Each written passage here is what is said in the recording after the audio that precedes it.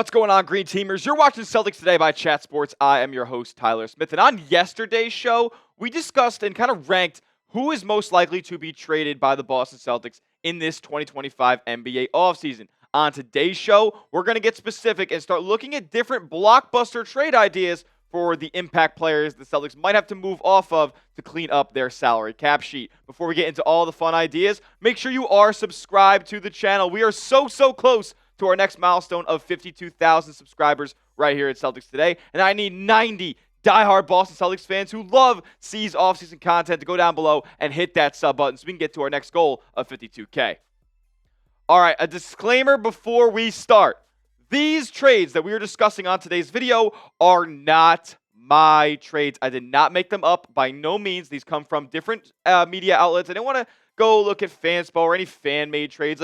Look, I'm looking for stuff made by people who are paid to talk about sports. So I went scoured the internet and looked at different outlets like Bleacher Report or Bill Simmons, who, you know, he can be a little crazy sometimes, but he knows what he's talking about, and Mass Live and other, different outlets as well. And we compiled, what I believed to be the best and most realistic trade offers for the Celtics impact players at this point. So let's get right into it. If the Celtics trade Jrue Holiday, we have the following trades. And I guess with the C's we're going to start with Holiday because he feels like the most movable and maybe most volatile asset as to what the return might be. So let's just get right into it here, as this comes from MassLive.com, and he has the Celtics taking back Daniel Gafford, Caleb Martin, Jaden Hardy, and Olivier Maxence Prosper for Jrue Holiday and kind of vague draft compensation. It could be a first-round pick, could be a collection of second-round picks. Who knows? But the meat and potatoes of the trade going back to Boston, what we really care about here is Daniel Gafford,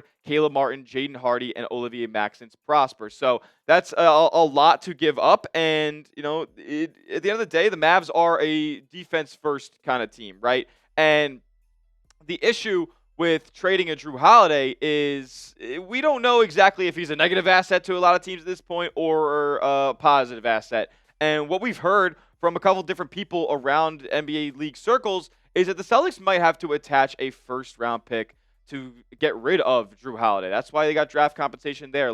It's not going to be the easiest thing to do to get off a player who's going to be 37 years old, making $37 million. And another reason that this deal isn't exactly the greatest for Boston is because the Celtics don't save a lot of money in this deal. The player that you're getting back as the best overall asset in the trade is Daniel Gafford, and he has a $14.3 million expiring contract. Meanwhile, Caleb Martin, Jaden Hardy, Omax Prosper, these are all guys who were under contract for multiple seasons. And personally, for me, the guy I'm looking to get the most return out of is Daniel Gafford. So is this a one-year rental of a sorts, or are you going to pay him starter-level money that he's looking for right now after 25-26? I think Daniel Gafford's a really, really good player. I think he's 26 years old, and he's provided a lot as far as a guy who can just go out there and be a double-double machine. And he's got Derek Lively breathing down his neck down there in Dallas. I think in Boston, when you look at Al Horford potentially retiring, Luke Cornett's free agency, and Kristaps Porzingis being a trade candidate, Gafford could be owning the front court there in Boston. And over the past couple of seasons, he has been awesome. Total glass cleaner. He's not going to do much as far as extending his game past the paint. Most of his buckets are going to be in that restricted area as a lob threat, as somebody who can be in the dunker spot and be a pick and roll man in that short roll as well. And he's a good rim protector and glass cleaner as well on both the offensive and defensive glass. I like Daniel Gafford a lot, and he's a player that I could see being a solid first piece that gets back brought in a Jrue Holiday deal. I know it's not an all-star level player or anything like that, but I'm not really too confident that Boston is going to get a severely all-star level guy in a trade back for Jrue Holiday. I just don't see it at this point. The next Jrue Holiday trade idea this one coming from Bleacher Report. It's going to be sending him to the Orlando Magic. And kind of the theme with trading Jrue Holiday away is you're going to be looking for teams that are trying to contend in the East or Western conferences. Dallas is a team that's wanting and accelerating their kind of playoff run now after trading Luka Doncic, and they have AD. Kyrie will be coming back late next year. They're going to need somebody to take over the point guard spot, and then Cooper Flagg coming in. And the Magic, they're looking to add more veteran presence around their young stars as well after a couple of playoff trips. Franz Wagner and Paolo Banchero need more veteran leadership, and I think that could come in the form of Jrue Holiday. And coming back to Boston would be KCP, who they signed last summer, Gary Harris, and Corey Joseph, along with a 2027 first-round pick swap, which who knows how that could all shake out right now. And this deal, as opposed to the Mavericks deal, is one that could actually help the Celtics get a little bit of money off of their books. Gary Harris and Corey Joseph both are, I believe, on 1-year contracts at this point, and KCP only has 2 years left on his deal, and the second year is actually a player option. So, yeah, with him going to be 34 years old on that year of his deal, he probably accepts $21 million, but you clean up a little bit more of your books making this deal. It could be up to about $10 million if you get rid of those two guys, Harris and Corey Joseph, after the 1 year. But KCP, that's the chip you're getting back in this deal, and he is 32 years old. I like the player, but is he necessarily going to be a needle mover for Boston? Is he going to be somebody who helps them get to a 50-win season? Yeah, maybe, but I don't know, man. He was a little bit underwhelming, in my opinion, in Orlando as an offensive option this past year. If you're going to be paying a guy $20+ million, I'm going to need to see a little bit more than 8 points per game, and he'll get that opportunity in Boston. He would come in as the starting two-guard, replacing Jrue Holiday. And this is a guy who's been solid scoring the basketball throughout his career, a career above average three-point shooter, and he was not great in that regard in 2024-25, but maybe you could credit that to the lack of spacing overall that was on that Orlando Magic floor. This is a 3-and-D player that can handle the rock a little bit, creates turnovers, high-energy guy, is a winner, a champion, and a guy who I would think would fit right into the Celtics winning culture. So KCP, that's a good guy who I would be keen on going to get in a Jrue Holiday deal. I actually think I'd be more inclined as far as top-end talent that you're receiving back. I'd go KCP probably over Daniel Gafford. And a bonus Bleacher Report trade, because this was absolutely nuts, and I think it's totally unrealistic, but it gives the Celtics the best return. Not going to lie. You get P.J. Washington along with Daniel Gafford in exchange for Jrue Holiday, and then the Mavs have to send out a little bit more salary. The Nets get a little bit incentivized by taking a Boston second-round pick in 2026, and they get back to Dwight Powell. This would be awesome, guys. Honestly, it's very unlikely, but it is the best return that I've seen in a mock Jrue Holiday trade in anything I've seen across the internet, and you guys would be surprised at how bad some of these offers are that I've seen out there. If the Celtics can somehow pull that off, Brad, work your magic. Go do that right now. Try to swindle Nico Harrison one more time in 2025.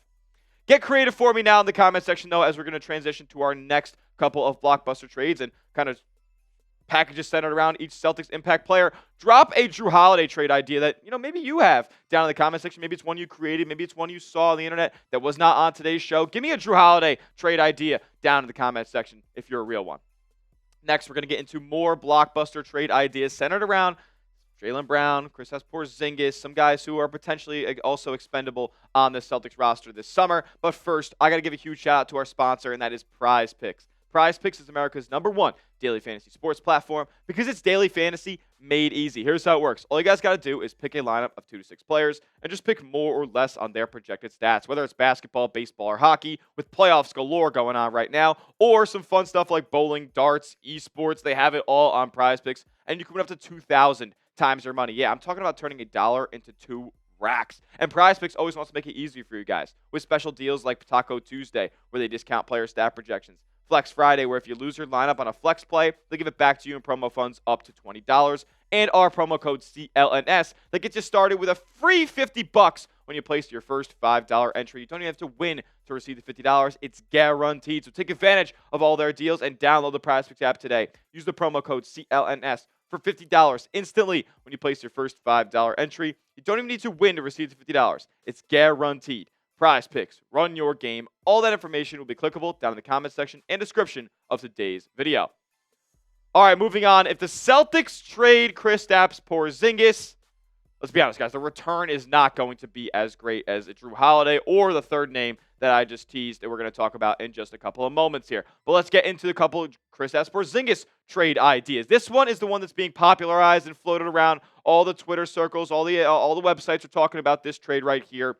And that's going to the Lakers. This is courtesy of Andy Bailey over at Bleacher Report, where the Celtics will trade Kristaps Porzingis to L.A. for Rui Hachimura, Maxi Kleber, a 2030 first-round pick swap, and a 2032 first-round pick swap. I'm not going to lie, right off the bat, I'm not sure if the Celtics are going to be gaining draft capital back in any trades for Kristaps Porzingis, so I would be pretty happy to take this deal right away if the Celtics are going to get future draft capital, especially in 2030 and 2032 when LeBron is going to be retired. Also, both contracts come off of the books Rui Hachimura and Maxi Kleber come off of the books after 25-26, but so does Kristaps Porzingis. You do save a couple of $1 million on this deal, I believe. You save about $4 million in this deal, so that incentivizes Boston a little bit to do it, and the Lakers will be able to get their front court kind of fortified a little bit. Granted, Kristaps Porzingis is willing to stay healthy.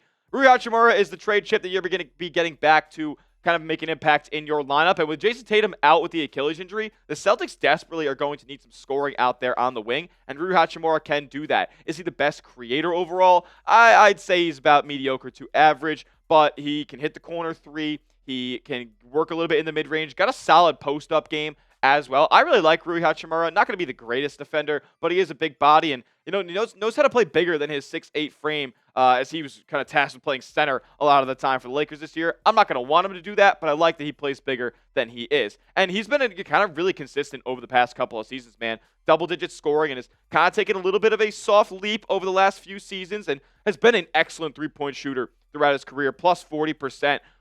Each of the past two seasons after an abysmal year in 22-23. And he's a solid enough rebounder. He can score you your 13 to 15 points a night, and he doesn't take bad shots either. I think Rui Hachimura has a very high basketball IQ, and the Celtics, they save a little bit of money in this deal. I like the prospect of getting off Porzingis for somebody who's actually favorable and able to get out there on the court. We do have one more trade for Kristaps Porzingis here that we'll come up with in just a moment. But overall, I like that deal with the Lakers to get a guy like Rui who can be an instant impact player. And Kleber, I honestly don't want to see him out there on the floor all that much. And you get that draft capital. Again, I think it's pretty unrealistic the Celtics get two favorable draft assets back in any deal for KP, but I would accept that instantly, no doubt about it. And then Bill Simmons came up with this one more trade idea, and this is very, very simple. It's just a one-for-one swap where this is the one where the Celtics save the $4 million. You don't save all too much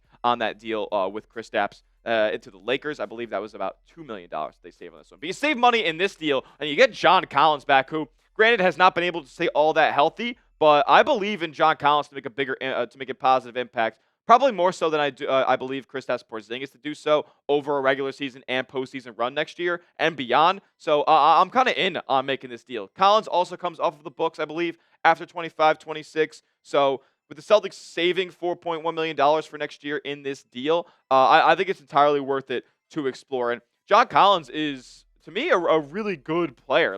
He's not going to be the 7'2" that Porzingis stands at, and the kind of the game-breaking talent, but he is a stretch four, shot 40% from three last year. He is an incredible lob threat. He can block shots at the rim. I like John Collins a lot, and he's a player that I've kind of mocked up being traded to the Celtics for years in my fandom, and now he's coming off a season where he averaged 19 points a game. I know it was for a bad team. I know it's likely empty stats, but can he go average an effective and efficient 17 for Boston next season? I'm all in if that's the case. And this is a guy who has shot above league average over the past couple years from three-point range as well, has evolved into a 15-point-per-game scorer and a good lob threat. I like John Collins a lot, and if the Celtics can somehow swindle Danny Ainge into throwing us a bone, giving us JC for KP, I'm all in on making that deal. Alrighty. I know. We'll prep you guys for this right here. I know a lot of people don't want to see this guy traded, but it's absolutely a possibility if the Celtics get the right deal. If the Celtics trade Jaylen Brown, I'll tell you guys right now, they are no doubt going to get the biggest haul out of any player they could trade on their roster right now. Maybe they get, I can't see them getting more for Derek White, especially with him making $25 million less. They're going to get the biggest return back for JB. But I'm throwing out another disclaimer here. It's very unlikely that Jaylen Brown gets traded. I feel like the Celtics would have to be presented with a Godfather offer, something that they really could not refuse and would really be silly to not take. So, JB's not leaving the Celtics, but there are trade ideas out there, and it would be silly for Boston not to at least listen to a couple phone calls if GMs out there want to throw an absolute treasure chest of assets for JB. And that's what we're getting in this Bleacher Report trade idea from the San Antonio Spurs. The Spurs get Jaylen Brown, but the Celtics get the 2025 second overall pick in the NBA draft, along with the other Spurs lotto pick at 14, along with Devin Vassell, Keldon Johnson, Jeremy Sohan, and another first-round pick in 2030, the best of Spurs, Mavericks, or Minnesota. Who knows how good that selection could be. This is an absolute haul for Jaylen Brown, and I am all in. To be honest with you guys, it's totally unrealistic. I don't think the Spurs would give up 2, let alone 2, 14, and all those assets for JB. But to be fair, they could make and accelerate their win now window if you have a De'Aaron Fox, a Jaylen Brown, and a Victor Wembanyama. Honestly, if they wanted to get off of Harrison Barnes or something like that, I would swap out one of those contracts, maybe even Keldon Johnson or something for to go out there and get Harrison Barnes if they want that off of their books next season. Honestly, I'm taking this deal and hanging up the phone immediately. It's in the league offices, and those guys are coming to Boston. Because if I can get Dylan Harper for Jaylen Brown, I'm all the way in. This is a guy who people are comparing to James Harden, uber scoring guard, 6'6", really big, and can take a lot of relief off of Jayson Tatum. And you could see him kind of flourish in a role where he is the offense next year. He is the number one scoring option while Jayson Tatum is recovering from his Achilles injury. I'm very, very high on Dylan Harper, the prospect. And if the Celtics can get one of those top 2 picks, I'm all in on trading Jaylen Brown away. Now, here's the last trade idea, and this one's a little bit probably worse of a return maybe to some Celtics fans, but I don't mind it necessarily either. Bill Simmons came up with this on his podcast as well. Fred VanVleet, Jabari Smith, and Tari Eason for Jaylen Brown and Jrue Holiday. Now, Celtics cannot trade multiple players. They cannot aggregate contracts in a trade since they are a second apron team. So this would have to come after a potential like Kristaps Porzingis salary dumped or something like that where they can combine 2 players in a deal. But they get back Fred VanVleet, Jabari Smith, Tari Eason, and the 10th overall pick in the 2025 NBA draft. And I don't think it's insane to think about because this is your get-out-of-jail-free card. Or I guess not so free because you are giving up an all-NBA level player and an all-defensive level player in Holiday. But this gets you at least $20 million, like at minimum $20 million below the second apron. And then you can even consider declining Fred VanVleet's $30 million team option, which gets you like $50 million below the second apron. Like this is it has the opportunity to clean up a lot of things for Boston. Does it make them a better team? Not necessarily, but look, I'm intrigued by the prospect of Jabari Smith and Tari Eason. This is a 22-year-old Jabari Smith and a 24-year-old Tari Eason who, both are excellent defenders. Jabari Smith's a really good rebounder. Hasn't yet really established the off-of-the-dribble scoring game to really be super polished yet, but I think that could flourish in Boston. This guy's coming off the bench in Houston right now. He deserves a bigger role, and with Tatum out, he slips right in to that power forward spot. Tari Eason could even potentially start next year as well, and you could have a core of a Pritchard, White, Jabari Smith, Eason. Like, honestly, I don't care. Like, that makes the playoffs in the Eastern Conference, and what's the drawback of that? Like, I don't think you're winning a championship without Jayson Tatum next year anyway. So if you get off all that money on your books and you feel like it's the right opportunity right time to break things up with the Jays, with Jaylen Brown probably having his peak value at this point. His contract is the cheapest it will ever be for the next 4 years. So maybe that's a deal that's worth exploring. But I know it's probably all unrealistic. I had to throw it out there for these Jaylen Brown trades are not going to be all that realistic. And at the end of the day, I still probably wouldn't trade Jaylen Brown for much across the league unless it was one of those number 2 or number 1 overall picks where I think that there are players who are ready to win now at number 1 and number 2 in Cooper Flagg and Dylan Harper. But unless you get an absolutely cannot say no offer for Jaylen Brown, I think it would just probably be the best course of action to keep the Jays paired up together. But you tell me, out of all the trades that we talked about today, I believe it was like at least 6. What was your favorite trade from today's video? It could be the one that was totally unrealistic. It could be one that's a little bit more on the table for Boston. But you guys tell me what was your favorite trade we discussed on today's video. And make sure you are subscribed to the channel. We'll be giving you guys constant Celtics updates all offseason long, whether it's news, rumors, anything that goes on. We're going to have you covered right here at Celtics Today. So lock us in for your number 1 spot for Celtics offseason content. Hit that sub button. We'll see you guys on the next one. And as always, let's go C's.